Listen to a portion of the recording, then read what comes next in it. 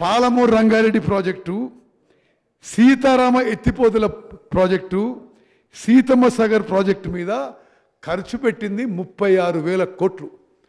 కొత్తగా ఆయకట్టు క్రియేట్ చేసింది 0. రీడిజైనింగ్తో పాటు కొత్త ప్రాజెక్టుల ప్లానింగ్ లోపాలు, పాత ప్రాజెక్టుల నిర్వహణకి గత ప్రభుత్వం పట్టించుకోలేదు.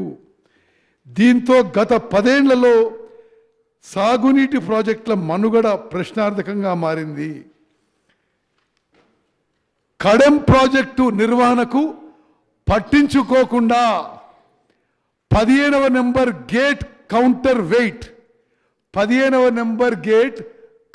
వెయిట్ కొట్టుకుపోయింది.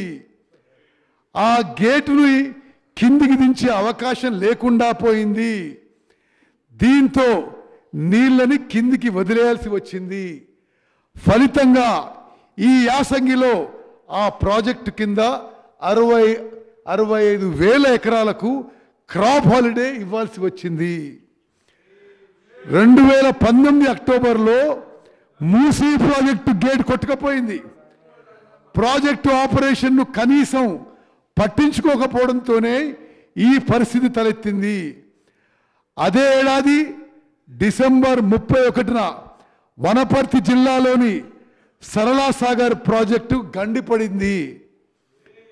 సైఫన్ పద్ధతిలో ఏషియాలోనే నిర్మించిన మొదటి ప్రాజెక్టు ఇదే కాగా ప్రపంచంలో 2వది.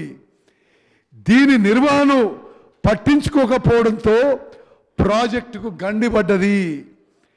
చారిత్రాత్మక ప్రాజెక్టు, హిస్టారికల్ ప్రాజెక్టుకి గండిపడితే విచారం వ్యక్తం చేయాల్సిన మరి ఆనాటి ప్రభుత్వం పోతే పోయింది, ఇసుక దందాకి పనికొస్తుందని చులకన చేశారు.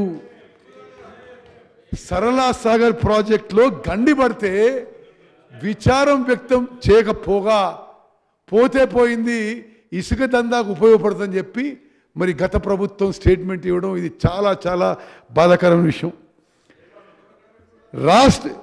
వారి లెగసీ మాకేమిచ్చారంటే, మరి గత టీఆర్ఎస్ ప్రభుత్వం రేవంత్ రెడ్డి గారి ప్రభుత్వానికి ఇచ్చిన లెగసీ కట్టకుండా ఉన్న బిల్లులు 28,412 బిల్లులు ఇరిగేషన్ శాఖలో బిల్లులు కట్టకుండా వదిలేసింది. మరి దాన్ని పూర్తిగా ఆ బిల్లులు కట్టాలంటే 10,455 కోట్లు. ఈ భారీ బకాయిలు చెల్లిస్తే కానీ కొత్త పనులు చేపట్టలేని పరిస్థితి నెలకొన్నది.